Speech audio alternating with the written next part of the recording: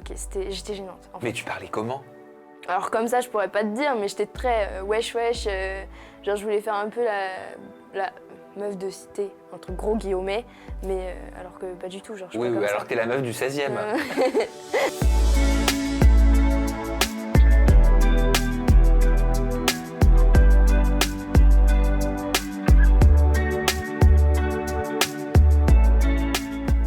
Bonjour Miel. Hello Sam, comment tu vas? Bah ça va très bien et toi? Mais au top, écoute. Mais dis-moi, mais t'as complètement changé. Moi je te vois depuis quelques semaines, quelques mois même sur les réseaux sociaux, c'est plus du tout la même Miel. Ah ben non, transformation, t'as vu, j'ai changé. Mais j'espère que tu vas pouvoir nous expliquer au détour de cette interview en toute intimité cette évolution. En même temps, quand je t'ai rencontré la première fois, t'étais toute jeune. Quand t'as commencé les réseaux sociaux, t'avais 15 ans. Ouais. T'as 17 ans. Quand j'ai commencé les réseaux, j'étais beaucoup plus jeune. Hein. T'avais quoi? Dès 10 ans, je faisais des vidéos YouTube. Dès 10 ans? Ouais, je te jure que c'est vrai. J'ai retrouvé mes anciennes vidéos, je faisais des tutos slime. Bon, aujourd'hui, t'as 17 ans. J'ai appris que depuis quelques jours, t'avais ton propre appartement, tu vivais toute seule. T'as eu ton baccalauréat, t'as sauté une classe. Enfin bref, c'est un reset en fait qu'on fait. Ouais, tout a changé. Parce que la Miel que j'avais découverte, c'était pas la Miel que t'es aujourd'hui. Non, on oublie celle-là. Bah pourquoi on l'oublie? Bah, c'était la Miel d'avant. La Miel d'avant, elle a changé. Bien sûr, mais Version on change 2. tous. Mais ce qu'on était fait qui nous sommes aujourd'hui. Exactement. Bah, c'est ce que je t'ai dit aussi avant. Voilà. Donc on va découvrir tout ça ensemble. Et puis c'est vrai que je sais que la thématique de la santé mentale t'intéresse énormément. Tu as une application Link qui est sortie, qu'est-ce que je raconte, qui est juste incroyable. Tu me l'as montré en plus en avant-première. Avant qu'elle sorte, on va pouvoir aborder tous ces points-là ensemble. Miel, aujourd'hui tu t'approches doucement, mais sûrement des 2 millions d'abonnés sur le réseau social TikTok. Aujourd'hui, avec du recul, comment tu vois tout ce parcours ? Alors, il y a beaucoup de choses en réalité. Tout ce parcours, en soi, moi, on va commencer ce parcours de quand j'avais 13 ans, tu vois. Ok. À ce moment-là. Parce que c'est là que ma vie a été un peu bouleversée. Comme je l'ai pu évoquer beaucoup de fois, j'ai eu des petites complications, des grosses complications à cet âge-là. On va en parler après parce que tu verras que c'est un lien avec l'application que tu sors aujourd'hui. Exactement. Mais mon parcours, ça a été beaucoup de hauts, beaucoup de bas, mais beaucoup de hauts aussi. Et depuis 1 an à peu près, je me relève quand même bien de toutes les épreuves que j'ai pu avoir. Et aujourd'hui, je suis plus que jamais motivée et déterminée à aider les jeunes, vis-à-vis de la santé mentale en tout cas. On va en parler. Je t'ai entendu dire sur tes réseaux sociaux que tu te trouvais gênante sur tes anciennes vidéos. Qu'est-ce que tu entends par gênante ? J'aime pas l'image que je propageais avant. C'est-à-dire ? Avant, j'avais une image, ceux qui me connaissent de 2022, peut-être début 2023, le savent, mais j'étais super problématique. Qu'est-ce que t'assumes plus ? Beaucoup de choses. D'avant, j'assume plus déjà la façon dont je parlais. Je peux pas. Franchement, je parlais, mais j'étais gênante. En fait. Mais tu parlais comment ? Alors comme ça, je pourrais pas te dire, mais j'étais très wesh wesh. Genre je voulais faire un peu la meuf de cité, entre gros guillemets, mais alors que pas du tout. Genre, je suis pas comme alors ça. que t'es la meuf du 16e. C'est ça. Mais non, j'étais... après, j'étais pas heureuse à ce moment-là, donc ça va aussi avec. Hein, et j'étais pas très gentille. Mais c'était quoi ? C'était un rôle que tu te donnais ? C'était une façon d'avoir confiance en toi, une image que tu voulais façonner ? C'était une protection ? Ouais, en fait, j'essayais de rentrer dans un moule des personnes que je pouvais avoir autour de moi, que je fréquentais et tout. Sauf que ça m'a joué beaucoup de tours. Et puis, moi, tu vois, je suis hypersensible. Du coup, j'ai beaucoup d'émotions, ok ? Quand il y a un truc qui m'énerve, laisse tomber, faut pas être à côté de moi, genre vraiment. Et du coup, avant... j'avais pas de limite entre ma vie privée et ma vie publique. Du coup, moi, les réseaux, TikTok et tout, ça a toujours été genre un journal intime pour moi. Oui, donc genre tu pouvais même te montrer en train de faire pipi aux toilettes. C'était limite ça. Mais bon, je l'ai jamais fait, mais bon. Et ça a toujours été un peu mon journal intime, ma safe place, les réseaux. Sauf que quand t'exposes trop ta vie, à un moment, ça te joue des tours. Et sauf que moi... quand j'étais triste, je le montrais, je pleurais sur les réseaux. Quand j'étais énervée, je le faisais bien savoir si je m'étais embrouillée avec quelqu'un ou quoi. Et en fait, j'exposais vraiment trop. Et là, depuis à peu près 1 an, je garde ma vie privée. Il y a des choses qui relèvent du personnel et qui n'ont rien à faire sur les réseaux. Et du coup, voilà, c'est aussi ça. Qu'est-ce qui a provoqué ce déclic ? Alors, je pense pas qu'il y a eu de déclic. Ça s'est fait petit à petit. Alors s'il y a un truc quand même, il y a un truc qui m'a mis un peu une claque dans la gueule, c'est que fin 2022 à peu près, bon, je vais pas faire l'histoire ni dire les noms, on s'en fiche, mais j'avais fait un peu de la merde. Je m'étais embrouillée avec un influenceur et j'avais mis son numéro en story sur Insta. On en avait parlé en interview, il me On en avait semble. parlé. Pourquoi, je sais pas. Hein, j'ai mis son numéro, j'ai fait de la merde. Oui, en Ok. plus, tu as commis un délit. Ouais, oui, Parce que vraiment. c'est interdit de vraiment. mettre le numéro mais oui, de quelqu'un mais sur la je place sais pas ce publique. qui s'est passé dans ma tête. Et suite à ça, je me suis pris une vague de haine pendant 2 semaines. Mais fort. Genre vraiment, les gens, ils étaient vraiment mauvais avec moi. Et bon, après, je me dis, vas-y, j'étais jeune. En vrai, bon, je suis toujours jeune. Mais j'étais plus jeune et avec beaucoup moins de recul et tout.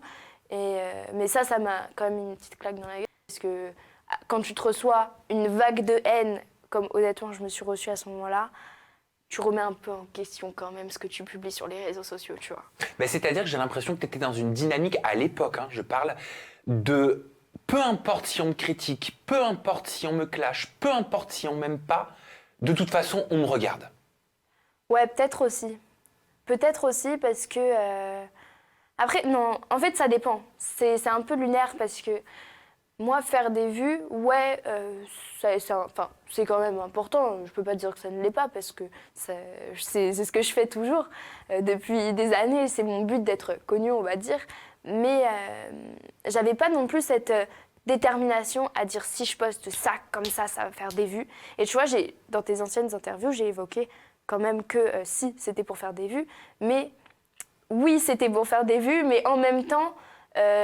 j'ai exprimé tout ce que je ressentais et tout ce que je pensais, je le mettais sur les réseaux. Donc d'une façon, c'était un peu pour faire des vues, mais en même temps, c'est juste que j'étais impulsive. Et donc quand j'étais énervée, je mettais direct sur les réseaux. Je pensais même pas aux conséquences ou quoi que ce soit. Parce qu'il y a des choses qui avaient des lourdes conséquences quand même que j'ai pu faire. Ah bah je sais. Et où j'avais en fait aucun recul sur la situation. Tu vois. Et que même pour faire des vues, faut pas faire ça, quoi. Et alors comment ça se fait que tu as terminé le lycée? T'as 17 ans? Je sautais une classe. Mais je savais pas moi ça. En CE2, j'ai sauté le CE2 en fait. Ok. Ça remonte. Mais t'étais plutôt studieuse? Bon, j'ai toujours eu des facilités à l'école. J'ai toujours pas eu besoin de beaucoup travailler pour avoir des très bonnes notes. T'avais combien de moyenne au lycée à peu près? Alors moi, j'avais pas de moyenne. Alors bon, le lycée, ça a été un peu compliqué. La seconde, je t'avoue que j'avais 6 de moyenne, mais j'allais pas en cours. J'ai raté genre 350 heures dans l'année. Parce que j'avais des problèmes à ce moment-là. Du coup, j'allais vraiment quasiment jamais en cours. Donc bon, la moyenne, voilà, elle a baissé de ouf. Mais non, sinon, j'ai toujours eu des assez bonnes notes quand même pour les matières dans lesquelles je travaillais. Tu vois, là, depuis 2 ans, j'étais dans une école britannique, un lycée britannique. Donc anglais et français? Anglais. Uniquement en anglais? Ouais. Après, il y a le cours en français. Les profs, certains parlent français, mais c'est anglais. Ah, donc Tu la vois. plupart des cours étaient en anglais? Ouais. Donc t'es bilingue? Ouais. Je vivais Wow. aux États-Unis quand j'étais petite. Oh, Ça, je te we l'avais can dit. switch in English maybe this Of interview? course, we can. Is it possible for you? Of course, we can do it in English. Wow. Et c'était quoi ta filière? Ma filière? Oui. les L, maths. je sais pas, non mais moi je suis à l'ancienne école. L, S, éco. Oula, il n'y a pas du tout ça. En fait, le bac britannique, c'est complètement différent du bac français. Que ce soit les cours, le diplôme, il y a tout qui change. Tu vois, j'avais 15 heures de cours par semaine en première et en terminale. 15 Waouh. heures. Mais Je m'étais c'est bien. genre trop peu. C'était très bien pour moi. Moi, tu vois, j'ai jamais trop aimé l'école parce que j'ai jamais trouvé trop ma place à l'école. Du coup, 15 heures de cours par semaine, c'était excellent pour moi. Et ouais, j'ai eu des bonnes notes au bac quand même. J'avais art, français, économie. Ouais, t'as eu combien? En économie, j'ai rien foutu de l'année, honnêtement. J'ai eu un D. Tu vois, c'est en A, B, C, D. Ok. E, F et tout, les notes. Ok. J'ai eu un D. Ça passe, ok. J'ai mon diplôme quand même pour cette matière au moins. Après, en français, j'ai eu A, ce qui est très bien. Enfin, Ok. En vrai, c'était facile le français, donc ça va. Et en art, j'ai eu un B à 1 point d'avoir un A. Il faut savoir que ma prof d'art, depuis 8 ans, elle enseigne dans mon école. Elle n'a jamais eu de A en terminale, ok. Et à 1 point, j'avais le A. Et elle est en train d'essayer de me récupérer, du coup, le A. Ah bah t'y tiens encore. Ok. Ouais, elle va envoyer un mail et tout, appeler, oui, à 1 point, franchement, ça se fait pas, donnez-lui le A et tout. Bon, ouais. Donc t'as eu ton bac. Oui. Donc t'es contente. Je suis contente. Donc maintenant t'es dans la vie active. Ouais. Mais t'as toujours été une businesswoman, mais là ça y est, c'est officiel. Là, la cofondatrice et tout. Bah d'un oui, projet. cofondatrice d'une application Link. On va en parler en Appli détail. et fondation. Appli et fondation, avec Ouais. une volonté d'avoir des cours aussi en 6e et en 5e. Il y a Mais ça, on va en parler, plein de on va en choses. parler juste après. Tu vis toute seule? Depuis 3-4 jours. Ah bah oui, bah, il y a un début à tout. Hein. Oui. Mais alors, ça donne quoi la vie toute seule en appartement? Écoute, ça me fait du bien parce que, en fait, je t'avoue que ma chambre, chez moi, enfin, du coup, chez mes parents, ça fait très bizarre de dire ça, euh, pour moi, elle est remplie de mauvais souvenirs, tu Ah. vois. En fait, il s'est passé vraiment beaucoup de choses depuis 4 ans dedans. Et quand je suis chez moi, je fais des insomnies constamment, tu vois. Et c'est horrible parce que moi, la fatigue, en fait, le sommeil, chez moi, c'est hyper important. Parce que si j'ai pas un bon sommeil, en tout cas assez d'heures de sommeil, au bout de 3-4 jours, je vrille, tu vois. C'est Normal. Ouais, mais ça peut partir très loin. Et du coup, chez moi, je faisais des insomnies. Donc là, je suis allée dans un appartement que mes parents avaient acheté pour autre chose de base il n'y a pas très longtemps. Et du coup, je suis dedans. Et depuis, je dors beaucoup mieux. Ok. Beaucoup mieux. Sans te demander l'adresse, bien sûr, tu es dans quel arrondissement? Ça. Ah, je même dis pas. l'arrondissement. Non, on Ok, évite. D'accord. Mais ça va, le quartier t'aime bien? Ouais, franchement, c'est sympa. Donc en fait, ta chambre familiale chez tes parents, elle était comme hantée par tous les mauvais souvenirs qui étaient encore présents. Ouais, bah, il s'est passé tout dedans. Il faut beaucoup de choses dedans. Donc, Les drames dont tu m'avais parlé, c'était passé là? ouais, bah, certains, des trucs avec des garçons. Bah aussi, il y a tout l'aspect de cette chambre. Pour moi, c'était un peu l'endroit où j'étais mal tout le temps, tu vois, pendant 3 ans. Donc, c'est un endroit que j'associe au mal. Et, Je comprends. Et où je suis dedans, bah, genre, je vais automatiquement pas être bien parce que j'ai toujours été mal en soi. En soi, pas toujours, mais quand même, la plupart du temps, été mal dans cette chambre. On parlait tout à l'heure de l'ancienne Miel. Je te propose de regarder un extrait vidéo de confidences poignantes et courageuses que tu m'avais faites lors de notre toute première interview où tu me parlais d'abus. C'est celle que tu avais vécu étant plus jeune. T'es OK de revoir le discours que tu tenais à l'époque? Vas-y. Parce que tu vas voir, c'est en lien avec le projet que tu développes aujourd'hui. Enfin, je pense, tu vas me répondre, mais je pense qu'il y a un lien entre les difficultés que tu as traversées et la positivité que tu souhaites offrir au plus grand nombre aujourd'hui. Ok, vas-y. Regarde. En fait, c'était le meilleur ami de mon frère. Et il était venu en vacances avec nous pendant un mois. Et le premier soir, d'ailleurs, où il est là, il me dit « Miel, viens, faut que je te parle ». Donc j'y vais. Il était 1h du matin, on est sortis. On était sur le balcon, je sais pas ce qu'on faisait. Et il commence à me dire « Oui, je t'aime ». Enfin, il m'a même pas demandé si je voulais ou pas. Genre, il m'a dit « Bon, viens, on fait, machin, ça va être bien. Comme ça, tu découvres. » Je sais pas quoi. Il me disait des trucs, je sais pas ce qu'il me disait. Et... mais pendant, genre, j'avais un peu peur, genre, je sais pas, j'avais pas quoi m'attendre, forcément, c'est la première fois et tout, mais je sais pas, c'était bizarre.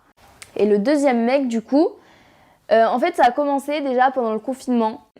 Et quand septembre revient, on va en cours, et pendant 3 mois, jusqu'à décembre, de septembre à décembre, il voulait que je fasse des rapports avec lui.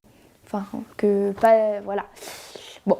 Et genre, il me disait, par exemple, on était en sport ensemble, je me souviens, c'était dès septembre, début de l'année, on était en sport et il me disait ouais si je mets le ballon de foot, enfin si je mets le panier machin, bah tu dois me machin, enfin t'as capté. Je l'aimais bien et du coup des moments on allait dans les toilettes de l'école, on s'embrassait, des fois il essayait de mettre ses mains à des endroits. Moi j'avais pas nécessairement envie et donc je lui disais non, mais à chaque fois qu'on revenait dans les toilettes, il réessayait. Chaque fois il réessayait. C'est lourd, mais moi je me rendais pas compte parce que je me disais je vais le garder. C'est hyper courageux, hein. Je sais pas si tu t'en rends compte. Du haut, là, t'as quoi, là? T'as 15 ans? Là, ouais, 15-16 ans? 15 ans. Parce que c'est des choses que beaucoup de jeunes filles ne disent pas, même des jeunes hommes ne disent pas. Par honte de qu'est-ce que va penser mon père, qu'est-ce que va penser ma mère, qu'est-ce que vont penser mes amis, je risque d'avoir une sale réputation à l'école, et c'est quelque chose que beaucoup gardent en soi et qui crée beaucoup de dégâts à l'âge adulte. Et pendant que je te le dis, tu vois, regarde, hein, j'en ai des frissons, tellement je trouve que ta prise de parole, elle est importante primordial dans l'espace public, même si j'ai conscience que ça a dû être très difficile pour toi. Ça te fait quoi de revoir ça? Ça fait un peu mal au cœur, Ouais, c'est normal. je t'avoue. Après, on va dire que j'ai jamais eu trop honte d'en parler quand j'en ai parlé à mes parents pour la première fois. Avant ça, j'avais très honte parce que t'as l'impression que c'est de ta faute. Et moi, j'ai eu la chance quand même d'avoir des parents et tout un entourage qui m'a fait vraiment comprendre que c'était pas de ma faute. Après, beaucoup, malheureusement, n'ont pas cette chance. Des jeunes qui vivent des atrocités pareilles, pires. Enfin, après, il n'y a pas de moins pire ou pire. Quand tu vis un truc comme ça, dans tous les cas, c'est destructeur. On a beaucoup qui pensent déjà que leurs parents, par exemple, ne comprendraient pas. Mais peut-être qu'ils comprendraient s'ils leur en parlaient. Et il y en a beaucoup pour qui leurs parents ne comprennent juste pas et remettent la faute sur eux et en fait minimisent le problème alors que c'est d'une gravité extrême vraiment, que ce soit des attouchements, peu importe. Genre. Dans tous les cas, c'est extrêmement grave. Ou une ingérence psychologique Oui, en oui. faisant pression Oui, sur une jeune fille. Ça revient, il y a trois façons. Il y a la force, en faisant de la force physique, la manipulation et par surprise. Il y a plusieurs façons, bref. Je n'ai pas exactement les mots, mais voilà. Et ouais, écoute, même là, en vrai, je ne me rendais pas encore trop compte, je pense. De ce que tu avais vécu. En fait, j'étais plus dans la partie souffrance. Oui. Tu vois, là, j'ai accepté. Oui. Là, j'étais toujours extrêmement en colère. Oui. Extrêmement mal par rapport à la situation. Aujourd'hui, je suis toujours en colère. Mais écoute, je me dis que ça s'est passé. Si ça ne s'était pas passé, je ne serais pas là aujourd'hui. Et d'un autre côté, c'est pas que je regrette pas que ce soit passé. Ouais, t'as compris. J'ai compris. Genre, pour moi, je referais pas le passé, tu vois. Ah tu peux pas revenir dessus, ça c'est non, clair. mais même si je pouvais, je referais jamais le passé. Je ferais jamais ce que j'ai vécu quand j'avais 13 ans. Parce que si j'avais pas vécu ça, je serais pas comme je suis aujourd'hui. Et aujourd'hui, je trouve que j'ai quand même bien évolué, sans me jeter des fleurs. Non, mais tu peux être fière de toi. Mais je suis fière de ce que je suis en train d'entreprendre, tous les messages que je suis en train de faire passer, parce que j'aurais aimé, en tout cas quand j'avais 13 ans, même 12 ans, avoir une personne sur les réseaux. Après, il y en avait sûrement, mais peut-être pas aussi connue ou quoi. Enfin, je dis pas que je suis très connue, mais voilà, on me connaît quand même pas mal, je pense. J'aurais aimé avoir quelqu'un qui fait ça, j'aurais aimé avoir quelqu'un qui est en train de développer l'appli dont on va parler après. J'aurais aimé qu'il y ait ce genre de safe place et que les tabous sur tous ces problèmes soient plus levés, tu vois, et avoir une aide plus tôt. Prévenir que guérir, tu vois. Faut mieux prévenir que guérir. Sauf que c'est très compliqué parce que quand on vit des choses comme ça, on n'ose pas en parler du coup. Exactement. Et peut-être qu'au départ, tu n'osais pas, toi, en parler à tes parents. En parlant des parents, j'ai eu la chance de recevoir ton papa, Guirchom, en interview Le Père d'eux, Le Père de Miel, l'interview familiale. Et je l'ai questionné justement sur cet extrait, sur sa stature de papa face à ce type de situation. Ouais. Qui, j'imagine, quand ça te tombe dessus, on n'est pas formé en tant que parent non plus. Ah pas du tout. Tu vois, je te propose de regarder ce qu'il m'avait répondu. Il n'y avait rien qui laissait transparaître ce qu'elle ressentait, ce qu'elle vivait. Rien. Donc on a été un peu surpris quand même sur le coup. Et évidemment, avec le recul, on se dit quoi ? On se dit qu'on n'a pas su en fait instaurer un climat où elle pouvait venir dialoguer facilement avec nous. Donc on se dit quand même qu'il y avait des choses qui étaient... oui, il y a certainement des choses qu'on aurait pu faire différemment pour qu'elle puisse de manière spontanée venir nous voir pour nous parler de ses problèmes. Mais c'était pas visible. Donc, vous savez, quand vous avez des enfants, quand il y a des enfants où tout va bien, on a tendance à se dire, ça va, il n'y a rien à regarder, il n'y a rien à gérer, il n'y a pas besoin de creuser parce que ils portent sur eux qu'ils se sentent bien. Voilà. Et là, c'était le cas. Ça t'a fait un choc d'apprendre ce qui lui était arrivé ? Ah oui, évidemment. Évidemment, ça a été violent. Ça a été violent parce que faut savoir que dans ces cas-là, on est quand même assez démunis. On ne sait pas trop comment faire, comment avancer. Et aujourd'hui, on a du recul, on a vu comment ça se passait. Et ouais, non, c'est extrêmement compliqué. T'as pu en parler avec ton père de tout ça par la suite ? On en parle souvent hein, avec Ouais. Link. On en parle souvent de ces liens jeunes à adultes. Mais par rapport à nous, oui, on en a déjà parlé. Moi, je leur en veux pas à mes parents hein, de ne pas avoir vu avant que j'allais mal. Parce que bah, c'est ça, quand on sait pas, on sait pas. Quand on dit pas, bah, si on n'en parle pas, si on leur en parle pas, ils peuvent pas le deviner non plus. Ça te fait quoi de voir ton père dire ça a été très violent, très très violent quand on l'a découvert, quand on l'a appris. Je sais que ça a été très violent. Franchement, sur le moment, je ne me rendais pas compte de l'impact que je pouvais avoir sur mes proches. Tu vois, aujourd'hui, je m'en rends plus compte. Avant, il était là, quoi. Enfin, c'était bien qu'il soit là pour moi, mon père et ma mère, tu vois. Mais je ne me rendais pas nécessairement compte de l'énergie que je leur prenais juste après. Mais ça a fait un choc pour eux, ça a fait un choc pour moi, ça a fait un choc pour mes frères, pour mes amis, pour tout le monde. Parce que, en fait, quand ils ont tout appris, du coup, j'étais sur un lit d'hôpital. Après avoir essayé de... Ouais. Voilà. Et j'étais sur un lit d'hôpital et à ce moment-là, ils ont tout appris. Ils ne savaient rien avant, tu vois. Donc, ça fait, je pense, un choc énorme pour mes parents, pour mes frères, tout ça. Mais pour moi aussi, tu vois, moi aussi, je me retrouve dans une nouvelle spirale, dans une nouvelle ère de ma vie où je suis à l'hôpital tout le temps, où avec les psys, les psychiatres, les médicaments, les trucs, tu vois, où je me retrouve en fait vraiment dans un cercle vicieux qui était compliqué déjà avant, mais qui s'est empiré en un an et tout. En mars dernier, il y a le député Renaissance, Emmanuel Pellerin, qui a publié sur les réseaux sociaux des statistiques concernant la santé mentale. En France, il expliquait que près d'un quart des jeunes se sentent assez malheureux ou très malheureux.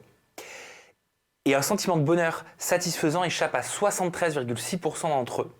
Cette situation est d'autant plus préoccupante chez les jeunes âgés de 10 à 13 ans où près de 29% se sentent malheureux. C'est énorme. Emmanuel Pellerin, Ouais. je l'adore. Ah, tu le connais ? J'ai déjeuné avec lui hier. Ah bah dis donc, on n'a pas tous les mêmes déjeuners. Il est trop gentil, il est super engagé pour la santé mentale. Il est top, ce mec. Enfin, pour l'instant, c'est Le donc député. Oui, il Il est était... plus, il est plus. Ah, il n'est plus. La Parce qu'entre-temps, il y a eu la dissolution. dissolution, etc. compliqué. Exactement. Mais qu'est-ce qui explique, selon toi, ce mal-être omniprésent chez la jeunesse actuelle ? 30% de jeunes qui se disent malheureux. C'est énorme. Énorme. Tu sais qu'un jeune sur 5 représente... Attends. Un jeune sur 5 aurait des troubles dépressifs. Ou en tout cas des signes dépressifs. C'est énorme. Les jeunes, ils vont mal. Mais pourquoi ? Mais pour tout. Tu vois, le climat. Je te donne des exemples. Oui, vas-y. Le réchauffement climatique. Ça inquiète, hein. Ça inquiète beaucoup de jeunes. Aujourd'hui, qu'est-ce que va devenir la Terre dans 10 ans, dans 15 ans? Où est-ce qu'on va être? Il y en a beaucoup qui n'arrivent plus à se projeter dans l'avenir.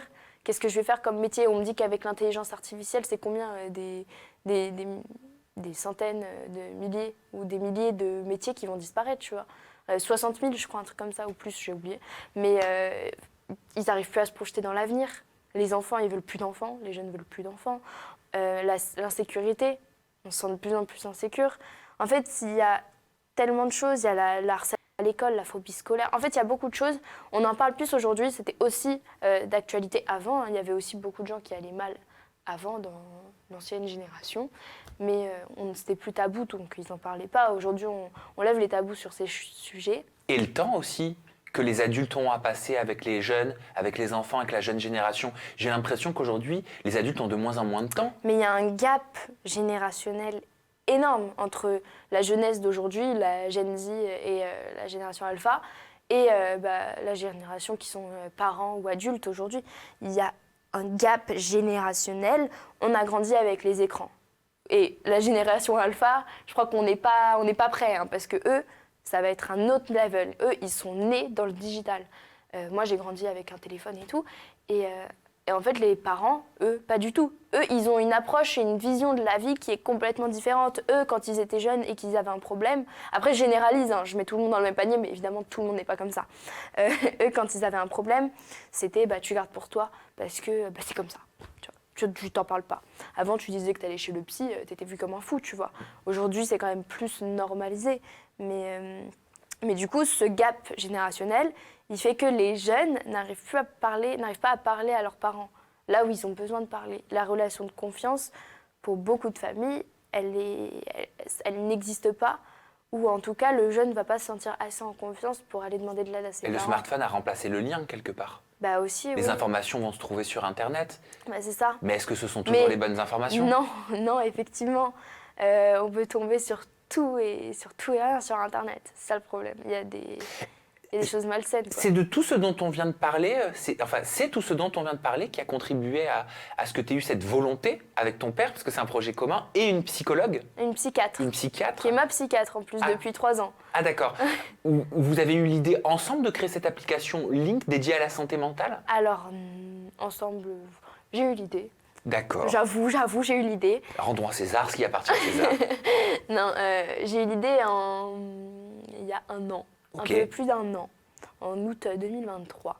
Parce qu'en fait, c'est vraiment sorti de nulle part, hein, l'idée. Genre, c'était pas un truc que je réfléchissais parce que je voulais aider les jeunes. Enfin, je voulais, tu vois, je faisais déjà des contenus vidéo avec des conseils et tout.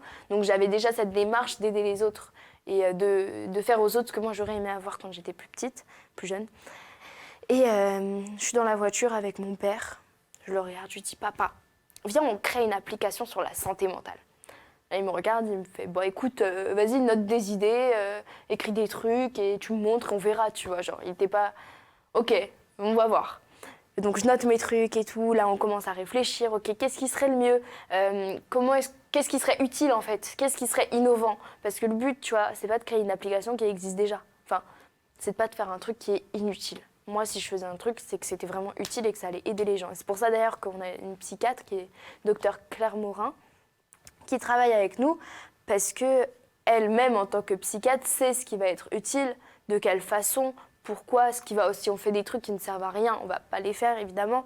Tu vois, donc on a vraiment cette démarche d'aider, pas de soins, on soigne pas les gens, mais d'aider les autres. D'accompagnement. C'est ça, c'est un peu un accompagnement. Alors explique-moi comment ça fonctionne, Link. Parce que Link en anglais, ça veut dire lien. Exactement. Link, alors, c'est vrai? Oui. En gros, Link, il y a un côté déjà, c'est pour les jeunes. C'est destiné aux jeunes, c'est une safe place. Ok, c'est pour les jeunes, mais en vrai, tu as 30 ans, 25 ans, 40 ans, tu peux utiliser cet aspect-là de l'application. Ok, mais c'est destiné aux jeunes. Alors, de ce côté-là, en gros, tu as plein de fonctionnalités que tu peux utiliser au quotidien pour t'évaluer. Par exemple, tu as un calendrier émotionnel. Je ne sais pas si je peux montrer. On ne verra pas là si je montre. Non, mais tu m'enverras et je le mettrai à t'enverrai. l'écran. Ok. Donc, il y a plein de fonctionnalités qu'ils peuvent utiliser au quotidien. Par exemple, il y a un calendrier émotionnel donc, où tu vas noter ton humeur du jour, ta fatigue, donc comment tu as dormi et tout, et ton alimentation, tu vois. Donc, ces aspects-là, par exemple, l'alimentation, c'est top pour les gens qui ont peut-être un trouble alimentaire ou qui commencent à tomber dans un trouble alimentaire pour qu'ils gardent un suivi de comment ça va. Il y a un journal intime, tu vois, tu mets tes photos, tes vidéos, tes audios, ton texte, tu mets tout ce que tu veux, t'exprimes tout ce que tu veux. Il y a un compteur de sobriété pour les addictions, tu vois, pour arrêter de se faire du mal, par exemple. Tu vas noter, ok, ça fait 4 jours que je n'ai pas fait, c'est bien. Ça fait 1 semaine, ok, c'est bien. Et au fur et à mesure, si tu rechutes, tu recommences le compteur, sinon tant mieux. Ok, après c'est pas grave, les rechutes, ça fait partie de la guérison, donc il n'y a pas de problème. Tu peux te fixer des objectifs, il y a quoi d'autre? Il y a un kit de secours. Kit de secours, quand tu vas pas bien, qu'est-ce que tu fais? Qui tu peux appeler? Les activités que tu peux faire. Il y a des dossiers coup de cœur qui sont en fait, tu mets des photos, des gens que t'aimes, des choses que t'aimes, des choses qui te mettent de bonne humeur. Des tu choses vois. qui te font du bien, qui te C'est font ça, plaisir. qui Et te ramènent du positif quand t'en as besoin. tu m'avais parlé d'une notion que j'ai trouvée aussi hyper intéressante, c'est qu'en tant que jeune, sur cette application Link, tu peux choisir des adultes de confiance Exactement. qui sont aussi sur l'application. Mais ça, c'est la deuxième partie. Ah, Voilà. T'as prédit ce que j'allais dire, j'ai anticipé. d'anticiper. Ouais, la deuxième partie, en gros, quand un adulte de confiance, un adulte de confiance peut proposer à un jeune de se connecter sur l'application et un jeune peut proposer à l'adulte de confiance de se connecter. Le jeune, je précise juste, peut utiliser l'application gratuitement, 100% gratuite et sans pub. Ok, c'est important. Et l'utiliser tout seul. Il n'a pas besoin de se connecter à quelqu'un. Donc l'adulte, en gros, ils vont se connecter. Ça peut être un parent, un oncle, une tante, un parrain, une marraine, un ami de la famille. C'est vraiment une personne en qui tu peux avoir confiance. Un tonton. Oui, tu es tonton. Oui. Et n'importe qui, en fait, un adulte dans qui tu as confiance. Et quand ils se connectent sur l'application, ils ont des fonctionnalités déjà croisées. Donc, par exemple, la mise en place de contrats qui est un truc très utilisé en psychologie, psychiatrie, etc., quand ils sont des patients. Donc, tu prends un engagement, l'autre personne prend un engagement, et en fait, ça responsabilise le jeune. Donc, par exemple, je m'engage à ranger ma chambre tous les jeudis. Ok, imagine. Je m'engage à ne pas utiliser mon téléphone pendant les repas. Voilà, ok, je m'engage à ne pas utiliser mon téléphone pendant les repas aussi. Je m'engage à mettre des écouteurs quand je regarde des TikTok pour pas déranger toute la famille. C'est ça. Et bien après, le parent, lui, ou l'adulte de confiance, lui aussi va s'engager à quelque chose parce qu'il y a des contreparties, tu vois, pour que la responsabilisation fonctionne. Donc, moi, je m'engageais à ne pas utiliser mon téléphone à table. Par contre, par exemple, ma mère, elle s'engage à me laisser mon téléphone jusqu'à 23h le soir. Bon, ok, c'est un engagement un peu bancal, Ouais. ou à m'emmener faire du shopping une fois par mois. Ok, je dis ça comme ça, Ouais, mais en bien fait, sûr. c'est n'importe quoi, c'est tout Bah, en ce qu'on veut. fait, c'est des petits objectifs qui font plaisir. C'est ça. C'est pour un jeune, si on le contraint à faire quelque chose, donc ouais, tu ranges ta chambre 5 fois par semaine, bon, je sais pas, peu importe. Ou pas de téléphone à table, pas de téléphone à table. En fait, il faut faire un truc plus, on va dire, calme, avec une contrepartie, parce que c'est ça qui va motiver le jeune à faire ce qu'il doit faire. Tu vois, tu lui dis, tu dois ranger ta chambre, mais en contrepartie, on va prendre un café 2 fois par semaine. Enfin, je sais pas, en vrai, c'est vraiment n'importe quoi. C'est vraiment tout ce que les personnes choisissent, exactement ce que eux ils veulent, c'est indépendant à chacun. À chaque famille, à chaque problème et tout. Mais c'est super. Ouais, et il y Moi, a je aussi trouve ça incroyable. il y a encore d'autres trucs, hein. C'est une grosse application. En un an, je sais pas comment les développeurs ils ont réussi à faire ça, mais ils sont très forts. Il y a aussi, on peut créer des activités, organiser des activités entre jeunes et adultes de confiance directement sur l'application. Ok. Il y a aussi, ça c'est un point sûrement le plus important en fait entre la connexion adulte et jeune. Le jeune peut partager les informations qu'il veut à son adulte de confiance. Il peut lui partager son calendrier émotionnel ou pas. Il peut lui D'accord, il partager choisit. des passages de son journal intime ou pas. Il peut partager ses objectifs ou pas, avec les évaluations qu'il fait, s'il remplit bien ses objectifs à chaque fois. Son compteur de sobriété. C'est vraiment le jeune choisit. Mais l'adulte, du coup, peut avoir un œil et garder un suivi de comment le jeune y va, tu vois. C'est Et il y a incroyable. aussi des vidéos de blog sur l'application, donc des vidéos faites par des professionnels de santé qui conseillent en fait sur plein de thématiques différentes, donc que ce soit le harcèlement scolaire, que ce soit les scarifications, que ce soit réussir à parler de ses problèmes, et pour les jeunes et pour les adultes. Donc pour les adultes, ça va plus être qu'est-ce que je fais si mon enfant est harcelé, qu'est-ce que je fais si mon enfant mange plus. En fait, il y a vraiment beaucoup de prévention, de sensibilisation. En fait, c'est un projet énorme.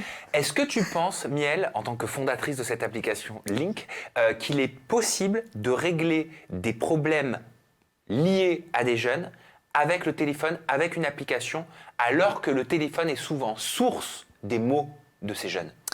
Alors, comme je l'ai dit, l'application, elle n'est pas là pour soigner, ok? C'est-à-dire que quelqu'un, par exemple, en dépression, peut utiliser l'application, mais a aussi besoin d'un suivi, ok? On n'est pas médecin.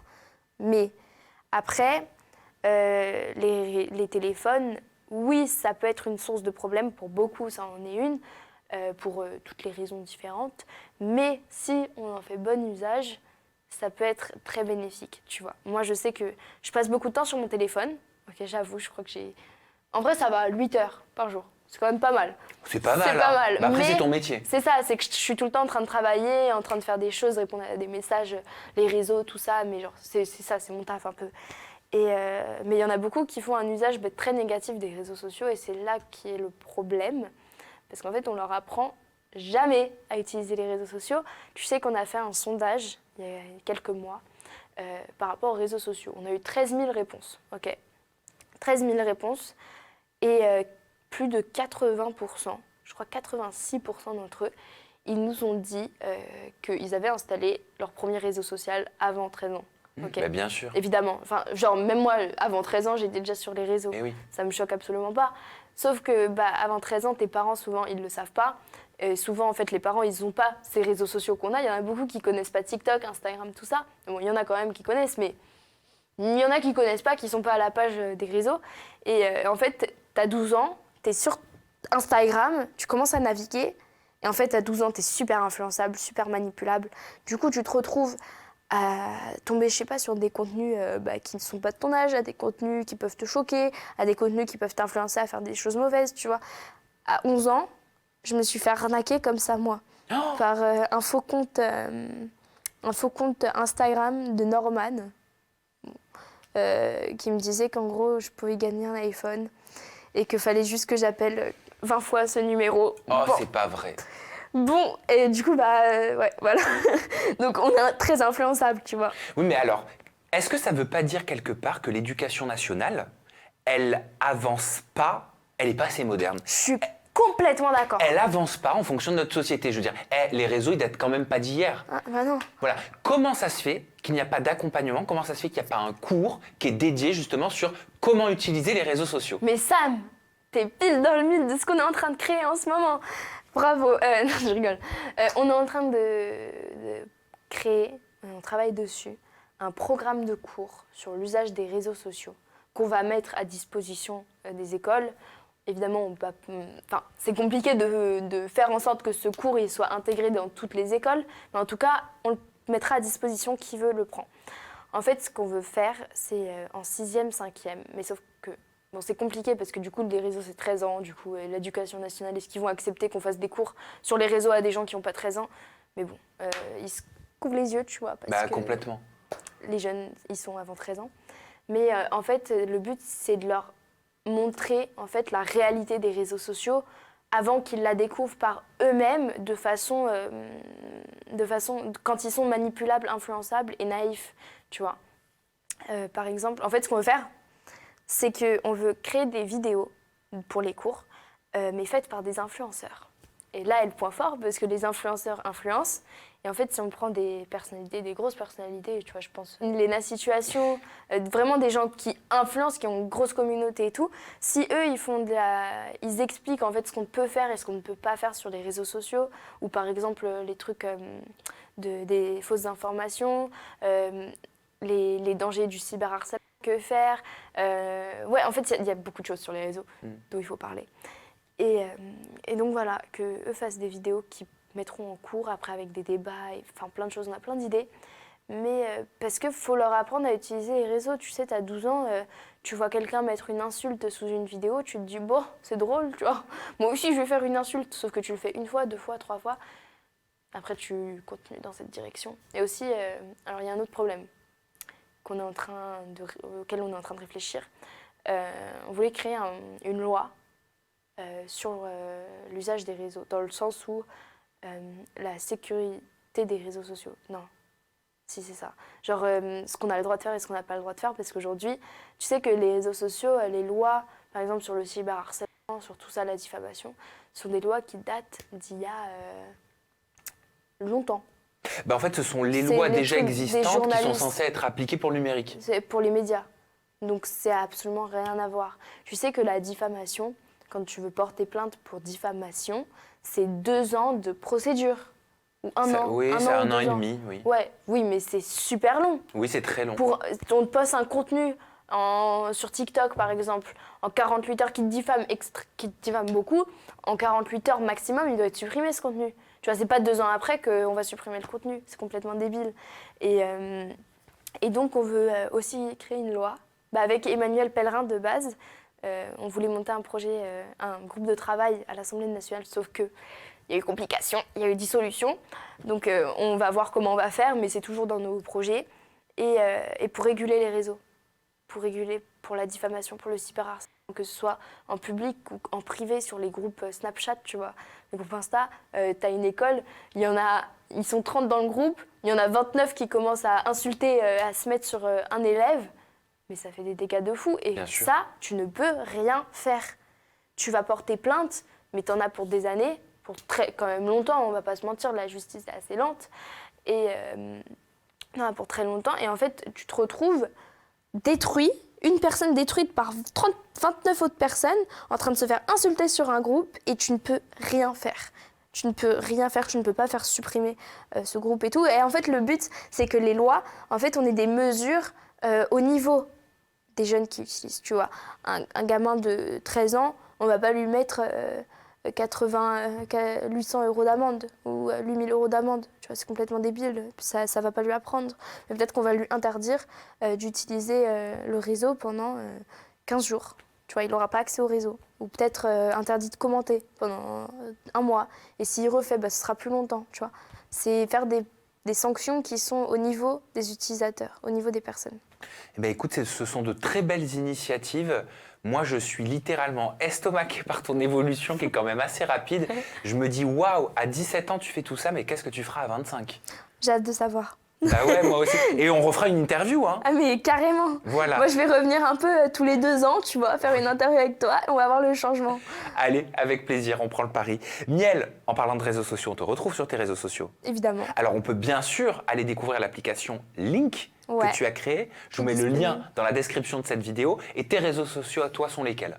Alors moi, sur Instagram, c'est miel-abt. Et sur TikTok, c'est miel-abt, puisqu'il n'y avait plus ABT. Donc, ABTT. Voilà, et je suis pas sur YouTube ou quoi que ce soit, que Insta, TikTok.